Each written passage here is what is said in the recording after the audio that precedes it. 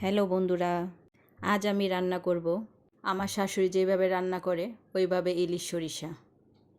আসলে ইলিশ মাছটা যেভাবে রান্না হোক না কেন এটা খেতে খুবই ভালো লাগে, কিন্তু আমার কাছে এই ইলিশ সরষাটা বেশি বেস্ট লাগে।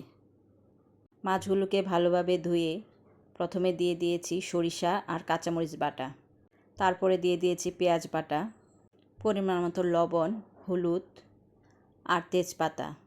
এখন সাদা তেল দিয়ে ভালোভাবে মশলাটা মাছের সাথে মেখে নিব। তারপরে পরিমাণ মতো দিয়ে দিব পানি। পানিটা এরকমভাবে দিব যাতে মাছটা মাখো মাখো হয়। এখন দিয়ে দিব কতগুলি উপর থেকে কাঁচামরিচ। সব শেষে আবার উপর থেকে অল্প একটু তেল দিয়ে দিব। এখন এটা আমার রান্না করার জন্য রেডি। এখন আমি এটা যে পাত্রে আমি এটা রেডি করেছি ওই পাত্র সহকারে চুলাতে বসিয়ে একটা ঢাকনা দিয়ে ঢেকে দিব। আমি কিছুক্ষণ পর ঢাকনা খুলে দেখব মাছটা কি নিচে লেগে গেছে কিনা। এখন অল্প করে নাড়াচাড়া করে চুলার আঁচটা মিডিয়াম আঁচে দিয়ে দেব। এই ইলিশ সরষা অনেকে ভাপে রান্না করে, কিন্তু আমি আমার শাশুড়িকে দেখেছি এইভাবে রান্না করতে।